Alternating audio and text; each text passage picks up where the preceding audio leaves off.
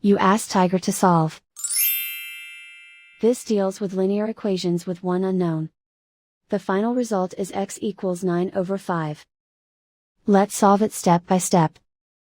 Group all constants on the right side of the equation. Subtract 14 from both sides. Group like terms. Simplify the arithmetic.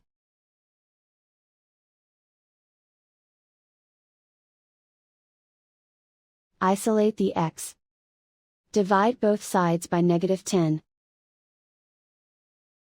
Cancel out the negatives. Simplify the fraction.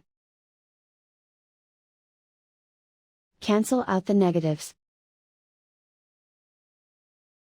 Find the greatest common factor of the numerator and denominator. Factor out and cancel the greatest common factor.